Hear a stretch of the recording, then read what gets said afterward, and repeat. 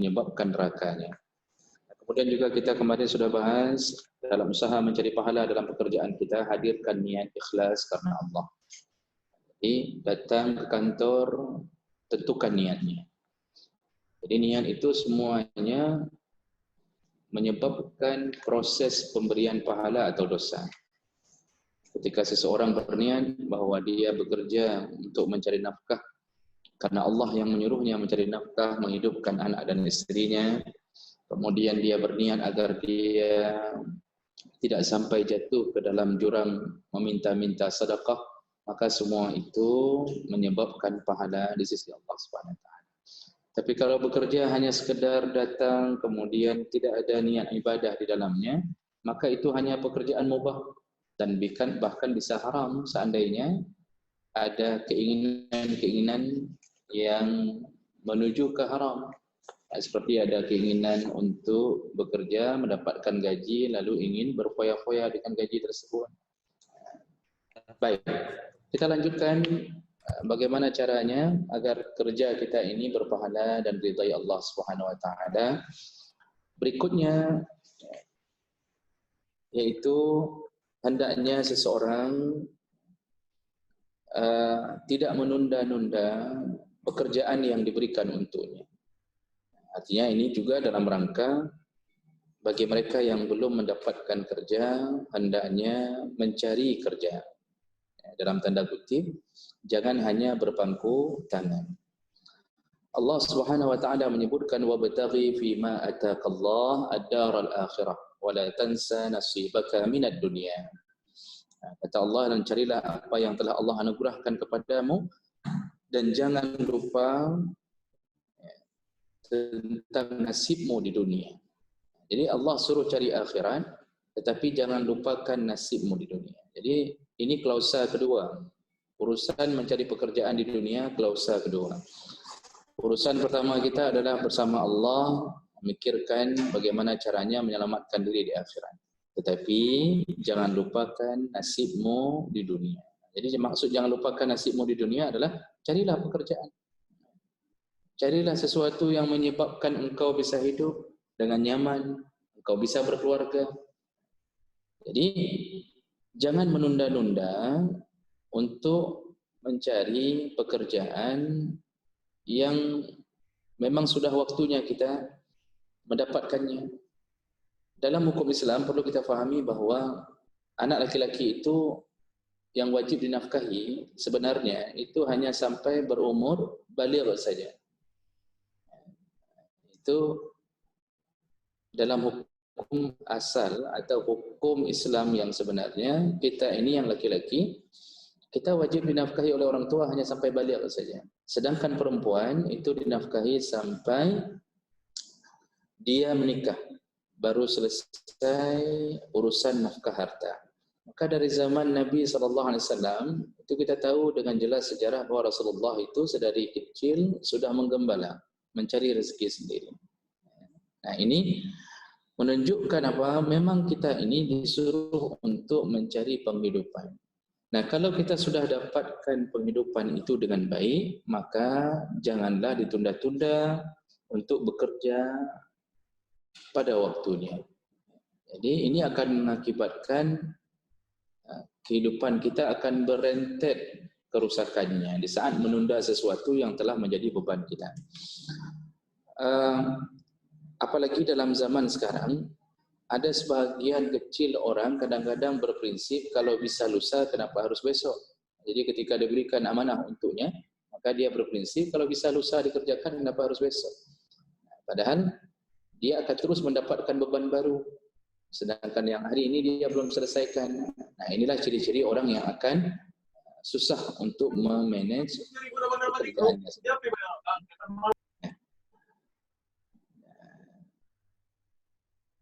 Rasulullah sallallahu alaihi wasallam bersabda dalam hadis riwayat Bukhari Muslim, "I'malu fa kullu muyassar lima khuliqa lahu." Bekerjalah engkau, kata Rasulullah, karena sesungguhnya semua yang engkau kerjakan dimudahkan oleh Allah untuk menuju ke tempat pekerjaan itu. Artinya dalam tanda kutip selama engkau memang ingin melakukan hal-hal yang tidak diharamkan Allah, maka Allah mudahkan itu. Tapi hati-hati dengan mencari jalan-jalan yang diharamkan, maka yang memudahkan pekerjaan itu adalah syaitan. Juga dalam hadis Nabi kita sering mendengar Rasulullah berkata, "Ightanim khamsan qabla khamsin." Carilah yang 5 atau segerakan yang 5 sebelum datangnya yang 5 perkara. Rasulullah menyebutkan salah satunya adalah syababaka qabla haramika. Manfaatkan masa mudamu sebelum datang waktu tua.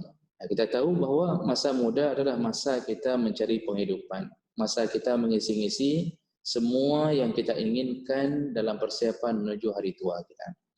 Jadi jemaah maka Allah Subhanahu Wa Taala, ini yang perlu kita fokuskan, bahawa kalau seseorang belum mendapatkan kerja, maka segera cari kerja, dan kalau sudah dapat kerja, maka janganlah seseorang menunda-nunda pekerjaan yang telah dibebankan kepadanya. Berikutnya, hendaknya seseorang, jadi poin berikutnya, agar kerja kita diberkahi Allah, maka mulailah pekerjaan itu dari pagi hari. Mulailah pekerjaan dari pagi hari. Rasulullah sallallahu alaihi wasallam menyebutkan dalam hadis riwayat Ahmad, Abu Daud, Tirmizi, Nasa'i dan Ibnu Majah, Rasulullah berkata, "Allahumma barik li ummati fi bukuriha." Ya Allah, berkahilah umatku di waktu paginya. Jadi ada satu doa dari Rasulullah tentang keberkahan di waktu pagi. Jadi waktu pagi ini adalah waktu kita memang dianjurkan, sangat-sangat disunnahkan untuk keluar dari rumah-rumah kita lalu mencari penghidupan yang memang kita telah ditempatkan pada tempat-tempat tertentu. Jadi ini maksudnya dimulai pagi hari ini, mulai dari salat subuh. Jadi kita ini bisa bersemangat untuk bekerja, keluarnya bukan hanya di waktu bekerja saja, tapi keluarnya di waktu salat subuh. Rasulullah sallallahu alaihi wasallam menyebutkan dalam salah satu hadisnya bahwa kita ini begitu tidur malam hari, maka kita diikat 3 ikatan oleh syaitan. Kita diikat 3 ikatan oleh syaitan. Dan ikatan itu akan mengekang kita sampai subuhnya. Kapan ikatan itu bisa terbuka? Yang pertama ketika kita bangun, lalu kemudian kita membaca zikir kepada Allah Subhanahu Wa Taala, yaitu zikir untuk bangun tidur. Jadi ingat zikir bangun tidur, alhamdulillahillazi ahyana ba'da ma amatana wa ilaihin nusyur. Nah, ini zikir pembuka ikatan syaitan yang pertama. Nah, kemudian dia masih belum lepas. Maka untuk membuka ikatan kedua itu disuruh berwudu oleh Nabi sallallahu alaihi wasallam. Ketika sudah berwudu, selesaikah kita dari ikatan syaitan? Belum. Bisa saja orang setelah berwudu kembali ke kamarnya, lalu kemudian dia akan kembali untuk tidur, bisa saja terjadi. Nah, jadi untuk membuka ikatan yang ketiga, bagaimana caranya? Hendaknya seseorang segera melakukan salat, terutama salat qabliyah subuh dulu. Itu takbiratul ihram, maka lepaslah ikatan syaitan. Kata Nabi sallallahu alaihi wasallam di ujung hadis, ketika orang sudah salat subuh, ikatan syaitan sudah lepas, maka dia pulang dalam keadaan bersemangat. Dia pulang dalam keadaan tidak ada lagi rasa kemalasan pada dirinya. Nah, di sinilah kita bermula memanfaatkan pagi. Maka pagi itu makruh hukumnya untuk tidur, tapi hukum yang terbaik adalah untuk menuju ke tempat-tempat kerja kita. Tapi menuju ke tempat kerja pun jangan terlalu pagi, karena kantor belum dibuka, kan begitu ceritanya. Jadi jangan habis salat subuh langsung ke kantor, kita pula yang jadi orang yang asing di tempat itu. Jadi ini mau diberkahi Allah dalam pekerjaan, maka jangan tidur pagi, datanglah ke kantor di pagi-pagi hari. Artinya di waktu yang telah ditetapkan. Dalam hadis lain Nabi sallallahu alaihi wasallam menyebutkan innad dina yusrun, agama itu mudah, wala yushaddid ad-din ahadun illa ghalabahu. Tidak ada seorang pun yang membebani dirinya ke sesuatu yang di luar kemampuannya. fasaddidu wa qaribu wa abshiru. Kata Rasulullah, hendaknya kalian melakukan amal dengan sempurna. Jadi kata Rasulullah, lakukanlah pekerjaanmu dengan sempurna, wa abshiru, lalu dapatkanlah berita gembira dari Allah, wasta'inu bil ghudwati war rawha wa syai'in min ad-duljah. Lalu lakukanlah kegiatan ibadahmu dan kegiatanmu di pagi hari, maka bisa berakhir di waktu petang hari. Jadi ini juga menunjukkan bahwa hadis-hadis mengajak kita untuk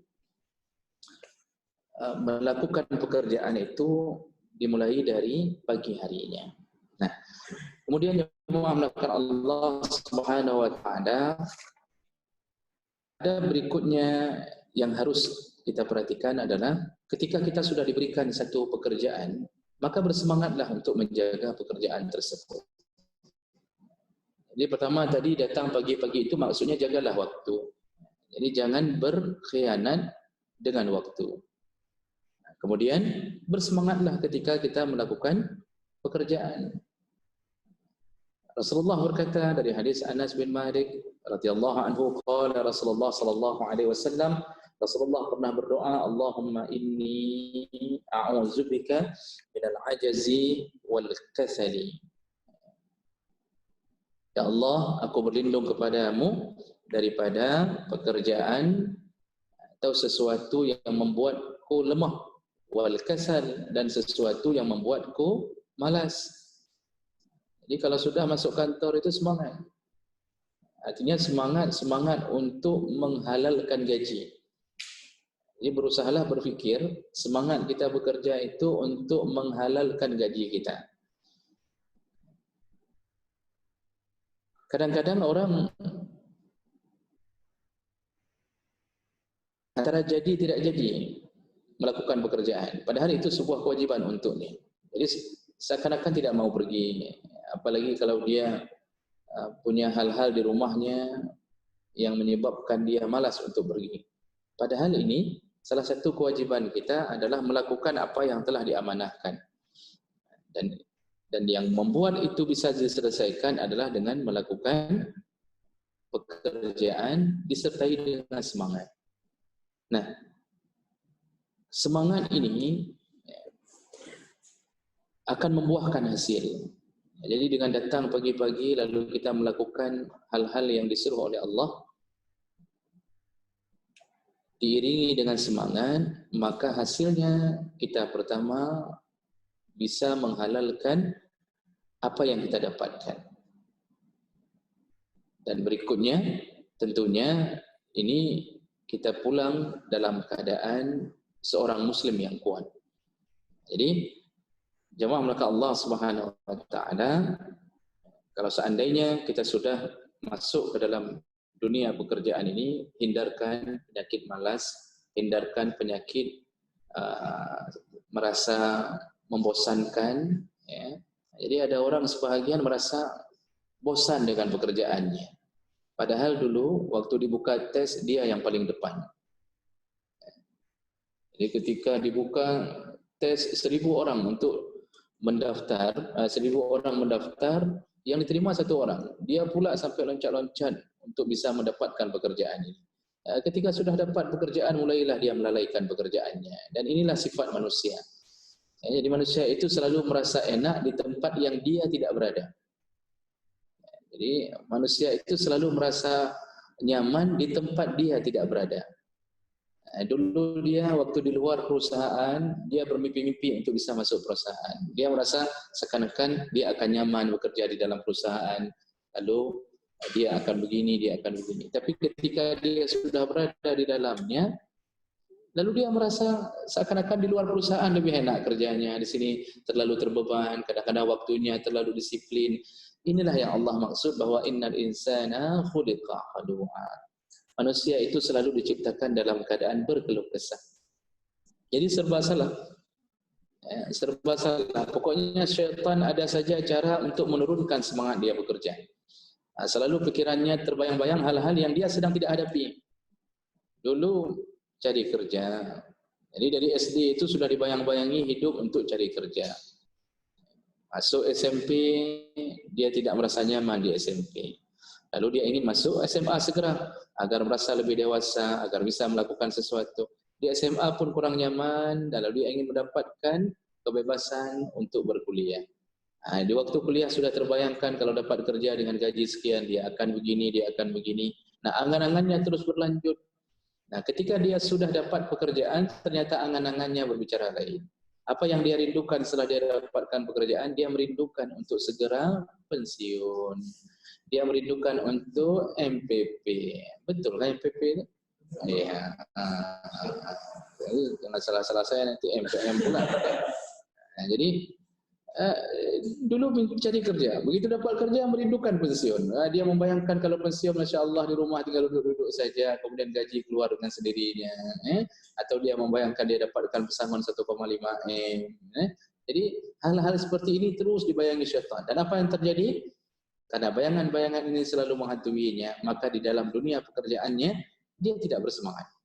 Dia tidak bersemangat untuk menghalalkan gajinya, untuk membawa pulang sesuatu yang halal bagi keluarganya.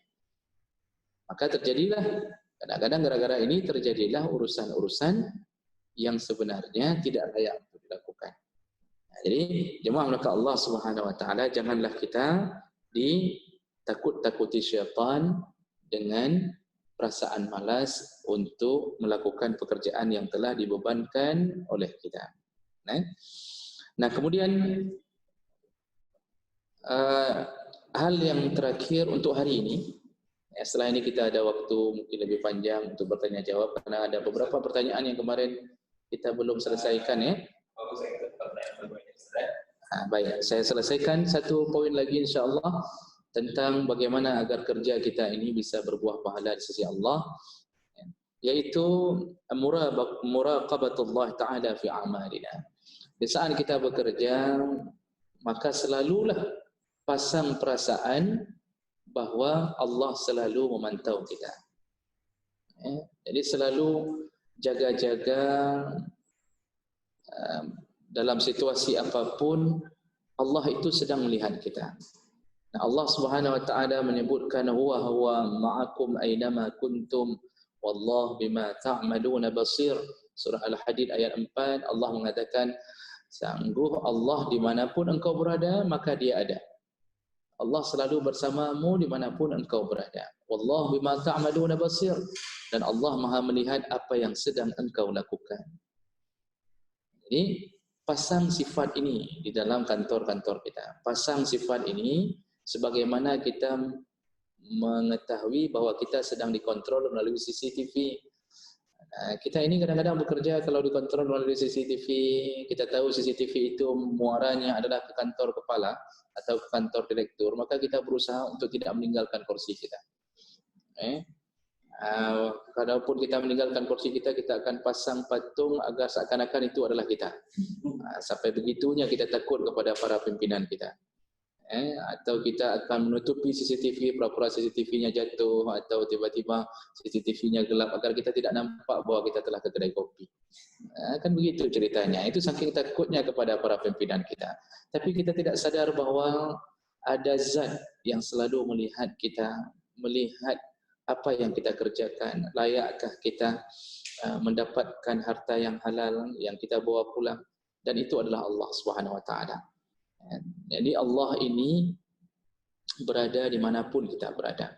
Ada pikiran-pikiran picik dari seorang hamba yang kadang-kadang merasa bahwa mana mungkin Allah berada di semua tempat, sedangkan makhluknya saja mencapai triliunan orang. Ini adalah pikiran picik yang mengira bahwa Allah itu seperti makhluk. Maka kita tidak bisa mensifatkan Allah seperti sifat makhluk. Laisa kamitslihi syai'. Allah itu tidak sama dengan makhluk. Bagi Allah kecil sekali untuk memantau hamba, itu pekerjaan yang sangat kecil. Dan Allah menciptakan malaikat pun untuk mencatat apa yang kita lakukan di kantor-kantor kita. Itu bukan untuk meringankan pekerjaan Allah. Jadi Bapak Ibu perlu fahami dulu bahwa ada orang yang tidak tahu apa tujuan Allah menciptakan malaikat, raqib atid, mengontrol kita dalam setiap pekerjaan kita. Kadang-kadang ada yang mengatakan bahwa Allah ciptakan malaikat itu untuk mengurangi atau meringankan beban Allah. Jadi diciptakanlah malaikat agar bisa mengontrol hamba-hambanya yang tidak mungkin dikontrol. Ini salah satu pemahaman sesat. Ini sesat. Jadi Allah tidak butuh malaikat. Jadi untuk apa juga Allah ciptakan malaikat untuk mengontrol ke semua lini tempat kita bekerja? Allah menciptakan malaikat-malaikat tersebut untuk menampakkan kekuasaannya. Jadi Allah ingin nampakkan kekuasaannya bahwa Allah mampu menciptakan makhluk sebesar-besarnya sebagaimana Allah mampu menciptakan makhluk sekecil-kecilnya.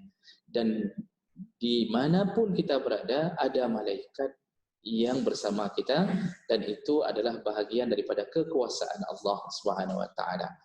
Maka Bapak Ibu maka Allah, waktu kita bekerja yakinkan diri bahwa kita sedang di dalam pantauan Allah Subhanahu wa taala. Jadi jangan lakukan hal-hal yang menyebabkan Allah marah kepada kita. Baik. Ini hal-hal yang saya rasa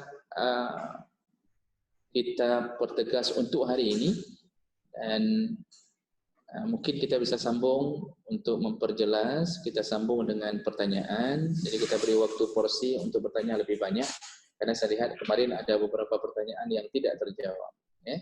Baik, silakan saya kembalikan ke moderator. Terima kasih Ustaz. Baik, kepada seluruh teman-teman semuanya, partisipan yang ingin bertanya kami persilakan untuk bisa di kolom komen di kolom chat, silakan atau private chat ke saya boleh. Namun ini sudah ada yang masuk pertanyaan. Pertanyaan pertama Ustaz. Ustaz, bagaimana kalau ada karyawan yang menjelek-jelek perusahaan ini? Padahal dia sendiri masih menerima gaji untuk anak hasilnya, tapi perilakunya selalu menjelek-jelekkan. Apakah itu beriang berkah dari yang Ustaz? Baik, terima kasih atas pertanyaannya. Pertanyaannya, bagaimana hukumnya apabila ada karyawan yang menjelek-jelekkan tempat dia bekerja? Nah, ini tentunya keadaannya kondisional. Kalau memang perusahaan tempat dia bekerja jelek, ya apa boleh buat? Terpaksa dia mengatakan yang sebenarnya, kan begitu. Nah, jadi tapi yang kalau dia menjelek-jelekkan perusahaan yang sebenarnya tidak layak dia jelekkan, artinya tidak cocok dengan apa yang dia gambarkan, maka ini dosanya adalah dosa pribadi. Dosa berusaha untuk menjatuhkan atau berusaha untuk menghilangkan pamor atau menghancurkan reputasi dari tempat dia bekerja. Secara hukum dia mendapatkan dosa secara pribadi. Tapi kalau seandainya dia menjelekkan perusahaan yang memang menzaliminya, artinya mungkin ada perusahaan-perusahaan di luar sana yang kadang-kadang tidak memberikan gaji sampai 10 bulan, ada yang 12 bulan. Jadi yang keluar cuma gaji 13 saja. Jadi 1 sampai 12 tidak keluar gajinya. Ada yang model begitu, maka di saat dia menjelekkan, maka itu adalah pelampiasan hati. Tapi seharusnya seseorang kalau sudah bekerja di satu perusahaan atau di satu tempat, satu lembaga, satu kantor, kalau dia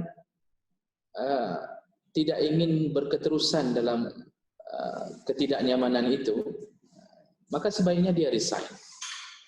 Dan itu menyelamatkan hati dan menyelamatkan mulut daripada terus-terusan bekerja tetapi dalam usaha menjelek-jelekkan tempat dia bekerja. Jadi ini efeknya hanya kepada dosa pribadi. Hanya kepada dosa pribadi. Baik, silakan berikutnya. Baik, untuk pertanyaan selanjutnya Ustaz, bagaimana pandangan syariat terhadap tentang persaingan atau berkompetensi untuk meraih jabatan yang lebih baik? Baik, bagaimana pandangan syariah tentang persaingan di satu tempat kerja untuk mendapatkan jabatan yang lebih baik? Sebenarnya bersaing-saing untuk mendapatkan urusan dunia itu tidak dianjurkan di dalam agama. Karena Rasulullah SAW pernah berkata, "Mal faqru akhsha 'alaikum." Aku tidak takut, kata Rasulullah. Aku tidak khawatir kalau kemiskinan engkau dapatkan. Artinya aku tidak khawatir kalau engkau menjadi orang miskin. Yang aku khawatirkan walakinni akhsha iza busitat alaikumud dunya kama busitat ala man kana qablakum. Yang aku khawatirkan adalah apabila dunia dibentangkan untukmu sebagaimana pernah dibentangkan dunia kepada orang-orang sebelummu. Lalu fatanafasuha kama tanafasuha. Lalu engkau mulai bersaing-saing. Lalu engkau mulai mengejar-ngejar, mengejar-ngejar, saling bersaing untuk urusan duniamu. Lalu fa'ahlaktum, dan engkau akan binasa sebagaimana orang-orang sebelummu binasa. Jadi bersaing-saing dalam urusan mengejar-ngejar jabatan itu dalam agama tidak dianjurkan. Yang dianjurkan adalah fastabiqu al-khairat. Berlomba-lombalah engkau untuk melakukan kebaikan. Nah, sekarang jadi masalah. Kita ini orang saleh dan kita ingin memperbaiki perusahaan untuk semua bisa diterapkan kesalehan di dalamnya. Di sinilah kita ada rencana bahwa kita harus menjadi top leader di tempat tertentu. Tujuan kita ternyata ingin mengubah suasana yang sudah rusak menjadi kantor yang saleh. Bisa pahami kantor yang saleh. Jadi bukan hanya orang yang saleh, kantor-kantornya saleh. Jadi kalau ini rencana kita, maka tidak mengapa kita untuk berusaha mendapatkan jabatan yang tinggi dengan rencana baik agar tidak terjadi lagi hal-hal yang tidak diinginkan di kantor. Kita maju ke depan untuk memperbaiki. Jadi ini dibolehkan. Tapi kalau tujuan bersaing-saing mendapatkan jabatan hanya karena uang, maka ketahuilah belum tentu yang kita kejar itu akan sesuai dengan rencana kita. Dulu waktu kita pegawai biasa, walaupun gaji mungkin hanya sekitar 3-5 juta saja, tetapi Masya Allah jam 4 sore sudah boleh pulang, lalu bisa bersenda gurau dengan anak istri, istri bisa dibawa kemana-mana, itu baru istri pertama dibawa kemana-mana, itu sudah bisa. Kemudian nanti ada waktu untuk yang lain lagi, jadi semuanya bahagia. Ada waktu untuk loncat ke kolam renang, ada waktu untuk bersenang-senang di dalam rumah. Tapi semenjak kita mencoba untuk naik ke jabatan lebih tinggi, maka mulailah hidup kita hanya dari pintu kantor ke pintu kantor lain. Kadang-kadang disuruh terbang ke Jakarta sampai 8 kali dalam seminggu. Padahal sehari dalam seminggu cuma 7 hari. Jadi Bapak Ibu maka Allah disibukkan kita gara-gara sudah jadi pimpinan. Dulu sebelum jadi pimpinan kita aman-aman saja. Lalu mulailah banyak orang yang akan merasakan hasad, dengki kepada kita. Dulu kita tidak pernah disihir, gara-gara jadi pimpinan kita mulai disihir-sihir. Bibir kita sudah mereng ke kanan, mereng ke kiri, dan gara-gara urusan itu. Maka janganlah seseorang mengejar-ngejar jabatan dunianya. Kejarlah untuk urusan akhirat. Karena walaupun dikejar, tidak akan mengubah kuota rezeki kita. Tidak akan mengubah kuota rezeki kita. Kalau memang kita hanya layak dapat 1M, maka kita hanya dapat 1M. Walaupun gaji kita banyak nampaknya, tapi berhenti di 1M nantinya. Baik, kira-kira begitu. Silakan berikutnya. Pertanyaan berikutnya, jika ada karyawan yang mengolah data KPI, mengolah data KPI supaya data bonus besar atau hukum. Padahal kerjaan dia itu didasarkan di KPI-nya. Beda antara variabel dengan yang di atas kertas. Apakah bonus yang diterima itu termasuk kita?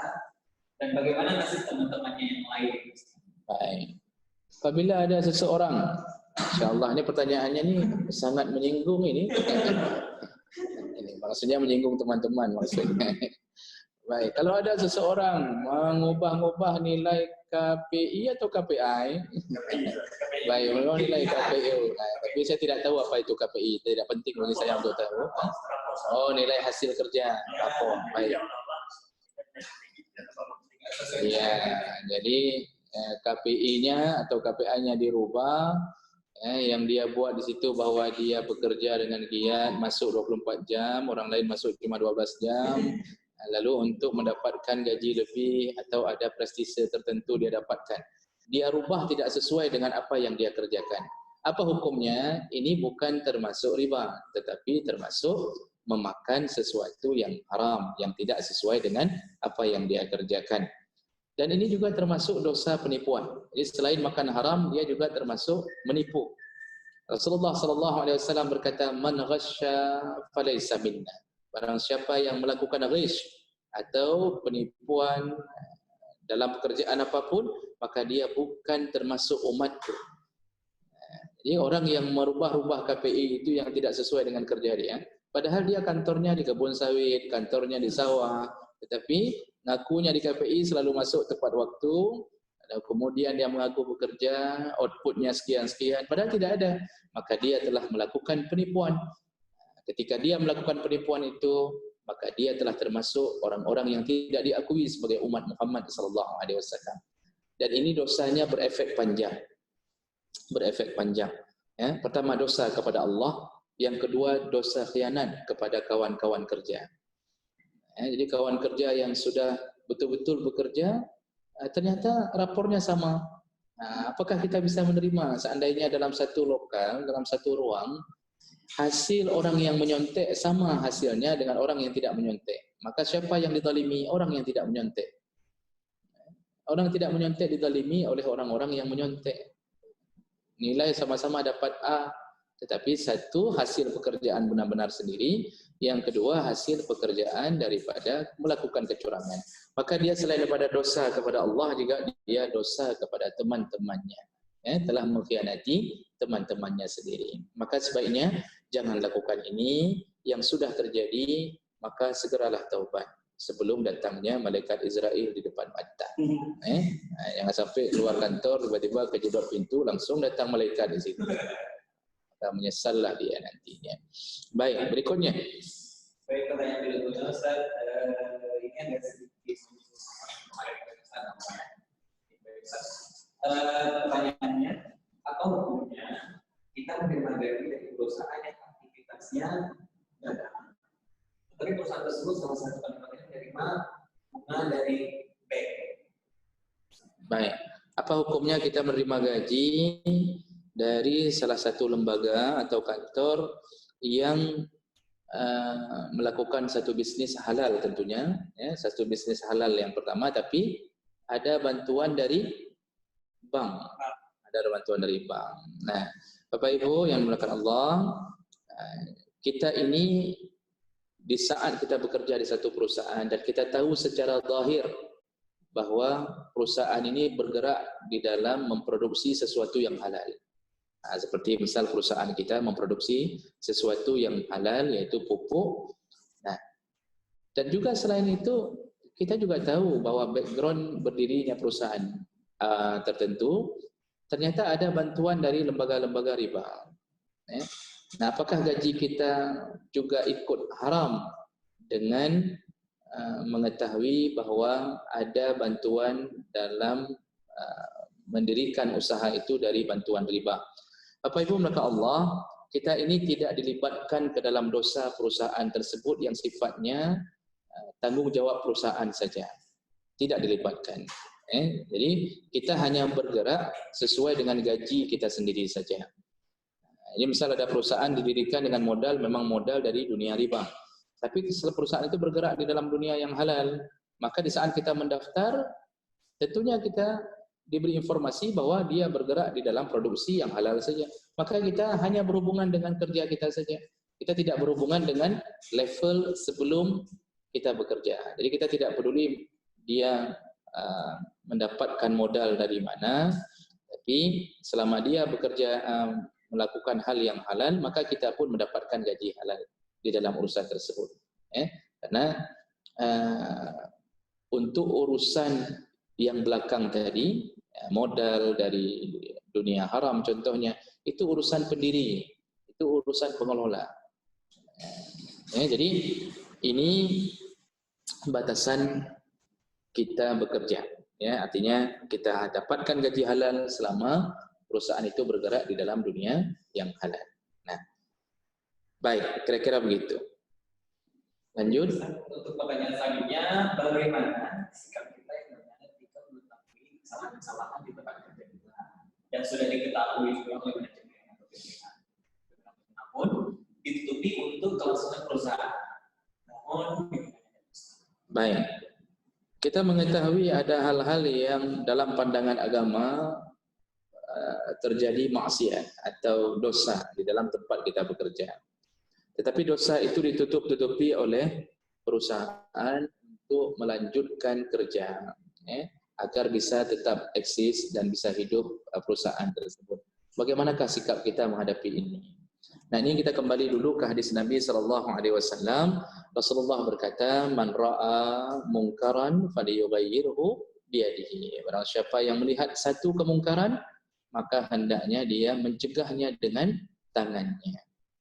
Artinya, kemungkaran itu dicegah dengan tangan, bukan maksudnya dengan tangan kita, tapi maksudnya adalah dengan kekuasaan yang kita miliki. Jadi ini lihat level. Kalau yang melakukan maksiat di kantor adalah salah satu daripada petugas atau pegawai di bawah kita, maka kita sebagai pimpinan wajib melakukan pencegahan. Kalau tidak, kalau kita biarkan maksiat itu terjadi di area yang kita bisa melakukan pencegahan, maka kita pun ikut berdosa. Kita ikut berdosa. Nah, tapi tentunya tidak sebegitu mudah kita melihat permasalahan. Kita berada di level bawah, ada yang lebih tinggi yang kemudian membiarkan maksiat di kantor terjadi. Di saat seperti itu, maka kita beralih ke level dakwah yang kedua. Fa illam yastati', kalau dia tidak mampu untuk mencegah maksiat di kantor itu dengan kekuasaan dia, karena ada yang lebih berkuasa, maka cukuplah dia mencegahnya dengan lisannya. Tapi tetap hukumnya wajib. Jadi kalau ada sesuatu, misal terjadi penggelapan dana atau korupsi atau seperti tadilah, melakukan penipuan-penipuan di atas KPI tadi, kita tahu, maka cegahlah dengan lisan. Cegahlah dengan lisan, walaupun itu teman kita sendiri. Karena orang banyak dengan teman tidak berani berdakwah. Yang berani berdakwah dengan yang bukan teman. Jadi walaupun itu teman sendiri, cegahlah dengan lisan. Nah, kalau tidak mampu juga terjadi perlawanan, kemudian perusahaan menutup-nutupi maksiat itu, maka kita, kata Nabi, masuk ke level yang lebih rendah lagi, yaitu hendaknya dia mencegah maksiat itu dengan hatinya. Fa biqalbihi, dengan hatinya. Bagaimana mencegah maksiat dengan hati? Paling kurang kita jangan terikut dengan pekerjaan dia. Di situlah mulai berlaku hukum Allah, qu anfusakum wa ahlikum nara. Jagalah dirimu dan keluargamu dari api neraka. Jadi cukup jaga diri. Masalah perusahaan menutup-nutupi pekerjaan itu, maka mereka bertanggung jawab di sisi Allah di saat nanti bertemu di hari pertanggungjawaban dengan Allah. Jadi kita ini punya batasan-batasan. Kalau kita lihat, kalau kita terus maju akan memudaratkan diri kita.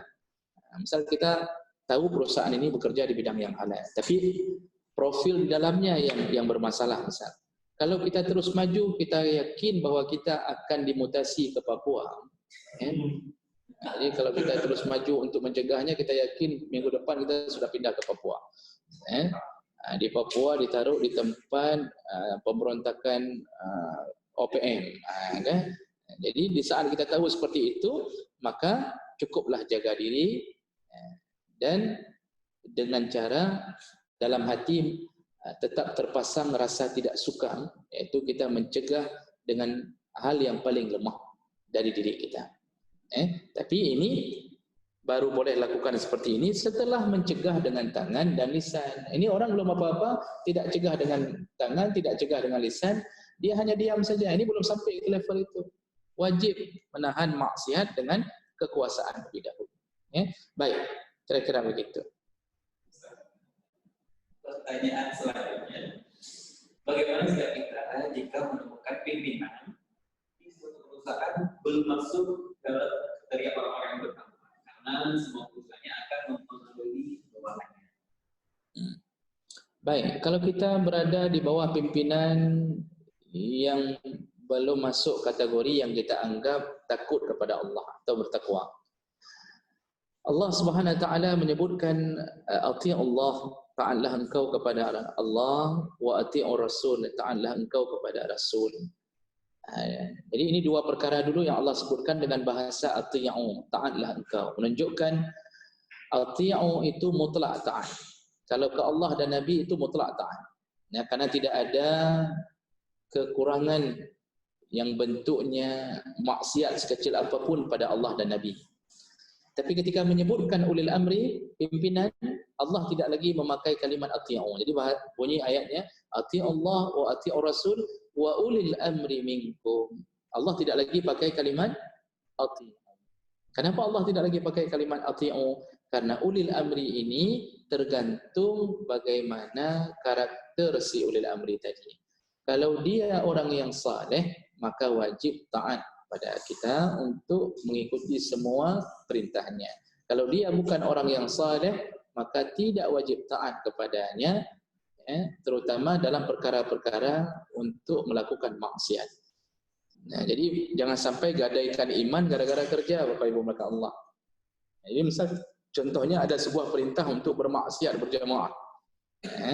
Misal contoh ada perintah untuk melakukan maksiat, perintahnya langsung dari atas, maka kita sebagai orang yang punya iman tidak boleh taat dalam urusan maksiat itu, tapi taatlah pada urusan-urusan yang mubah.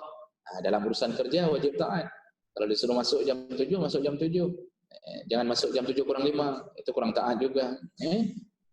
Jadi ini yang harus dijaga.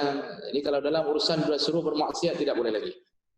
Tapi cukuplah taat pada hal-hal perkara-perkara yang mubah di dalam dunia pekerjaan kita.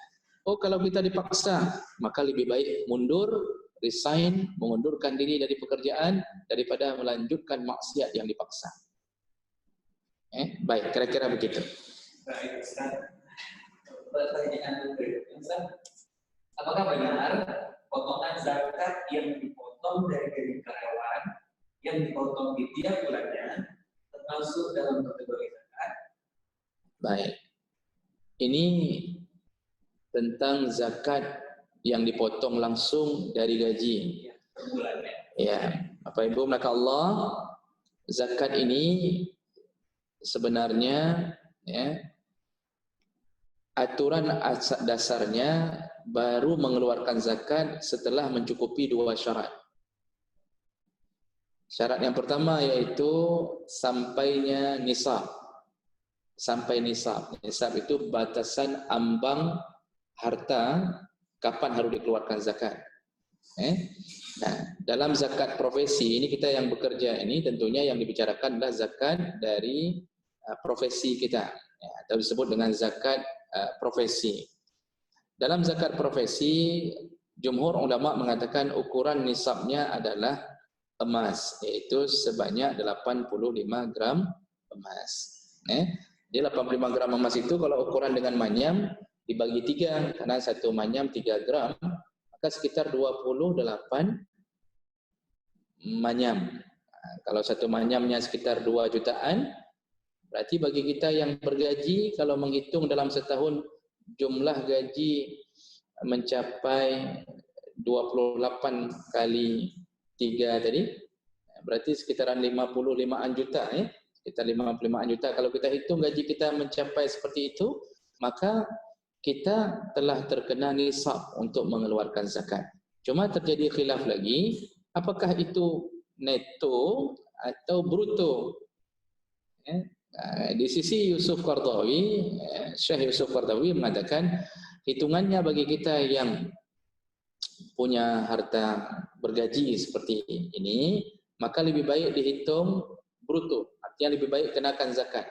Jadi begitu dapat gaji, kalau hitung setahun mencapai 55-an juta ke atas, maka langsung gaji kotor dikali 2,5%. Itu anjuran dari Syekh Yusuf Qardawi agar terkena zakat. Tapi hukum dasarnya adalah neto sebenarnya. Jadi setiap orang itu baru dihitung terkena nisab kalau setelah dia dapatkan gaji, misal gajinya sekitar 7 juta dalam sebulan, maka dia harus potong secara normal untuk kehidupan pribadinya yang darurat. Untuk makan, kemudian untuk kebutuhan listrik, berapa dia harus bayar air. Ini potong dulu, tersisa mungkin sekitar 3 juta atau 4 juta. Nah, 4 juta ini kali 12 dalam setahun berarti sekitar 48 juta. Berarti tidak terkena zakat. Nah, tapi yang saya sebutkan pandangan pertama tadi, pandangan Syekh Yusuf Qaradawi sebaiknya kenakan zakat dengan menghitung bruto. Nah, di sinilah muncul syarat kedua, yaitu zakat itu baru dihitung apabila syarat keduanya terkena haul. Haul itu hitungannya setahun, bukan per bulan. Hitungannya setahun. Jadi dua syarat, nisab dan haul.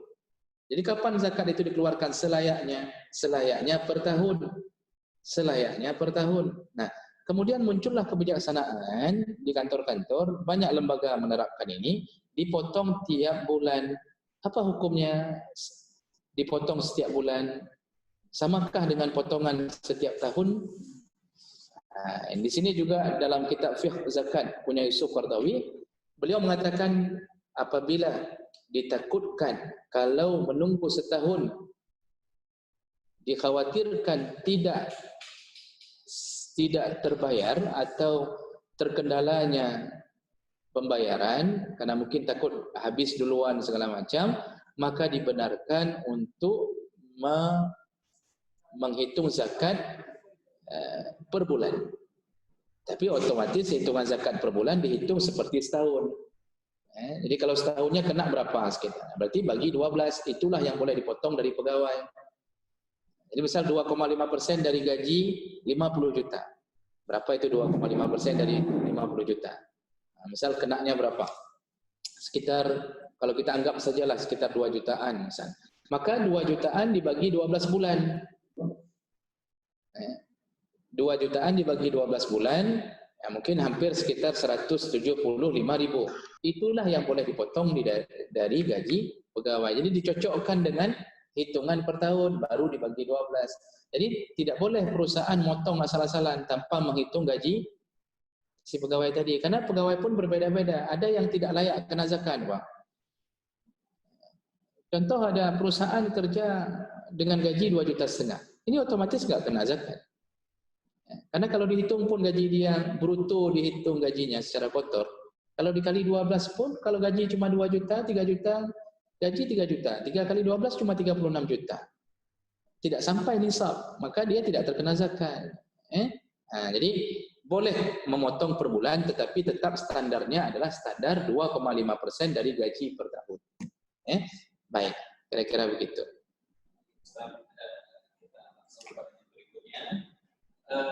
Ini sering kita dengar juga sih Ustaz. Jadi yang ini belumnya tadi Ustaz mengatakan bahwa Allah ada di mana-mana kita berada. Bagaimana dengan dalil Allah beristiwa di atas tanah? Baik, ini perdebatan masalah akidah ya tentang pertanyaan Allah di mana. Nah, tidak ada yang memungkiri bahwa Allah itu ada di atas. Jadi bahasa-bahasa Allah tentang keberadaan dirinya di Arash, keberadaan dirinya di langit. Kemudian Allah juga menyebutkan tentang Allah menurunkan, inna anzalna, kami menurunkan. Bahasa menurunkan menunjukkan Allah di atas. Nah, itu dulu yang disepakati. Nah, kemudian muncullah khilaf tentang apakah Allah bersinggasana memang di atas ya, atau Allah ada dimanapun kita berada. Ini hanya sederhana saja untuk memahaminya. Tempat Allah di atas, tapi kekuasaannya berada di mana-mana.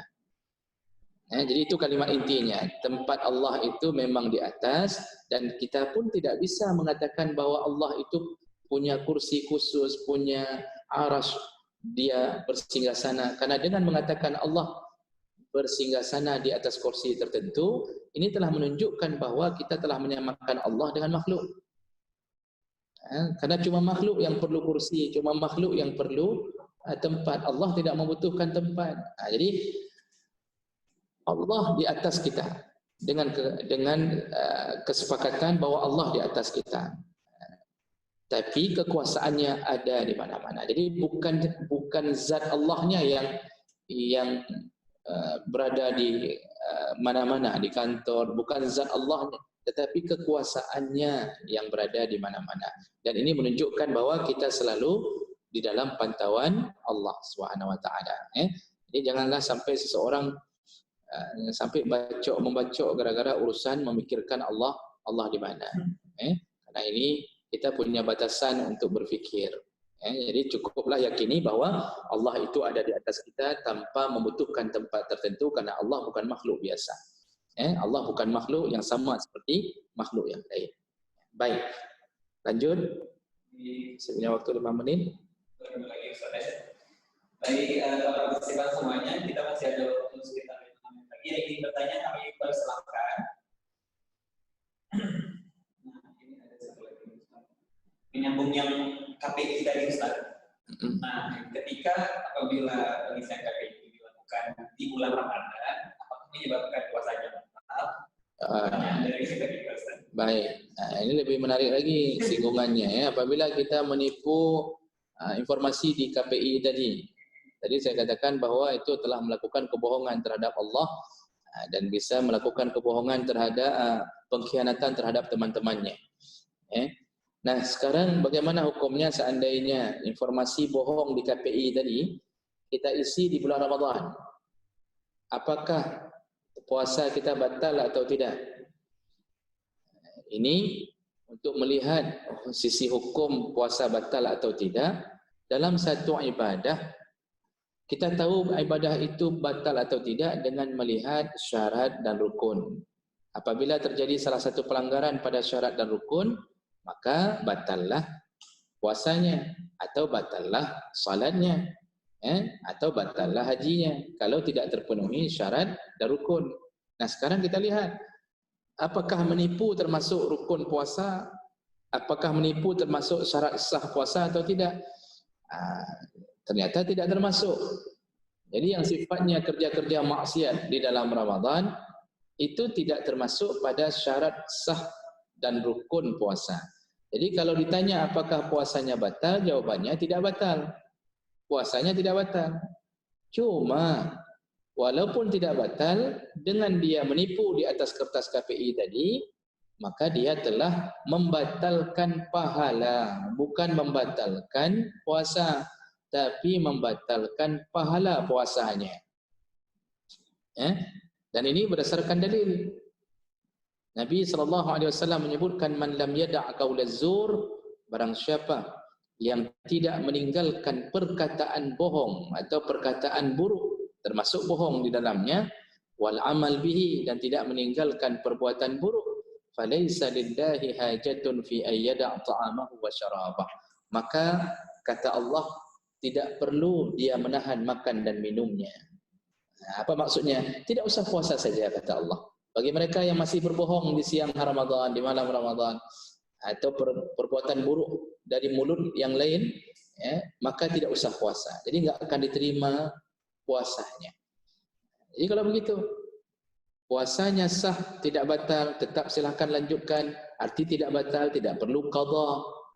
Dia sudah sah puasanya, cuma tidak berpahala. Ini sama dengan karyawan tidak punya gaji, masuk kantor saja tapi tidak keluar gajinya. Maukah kita bekerja tanpa gaji? Oh, mau. Itu hanya waktu wawancara pertama saja. Selanjutnya begitu tidak digaji, langsung demo seluruh perusahaan. Kalau wawancara pertama semuanya mau, makan ikan asin mau, tidak ada gaji mau, ditempatkan, tidak dikasih rumah mau, ditempatkan di mana saja mau. Begitu dikirim ke Papua langsung berontak. Jadi inilah sifat kita. Jadi begitu, tidak ada pahala bagi mereka yang berbohong di dalam bulan Ramadan. Masih ada? Kita cukupkan? Insyaallah sudah terjawab semua, Ustaz. Baik.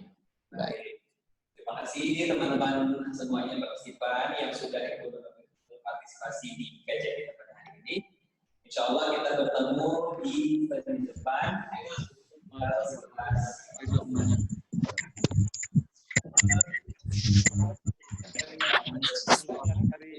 Orang lain.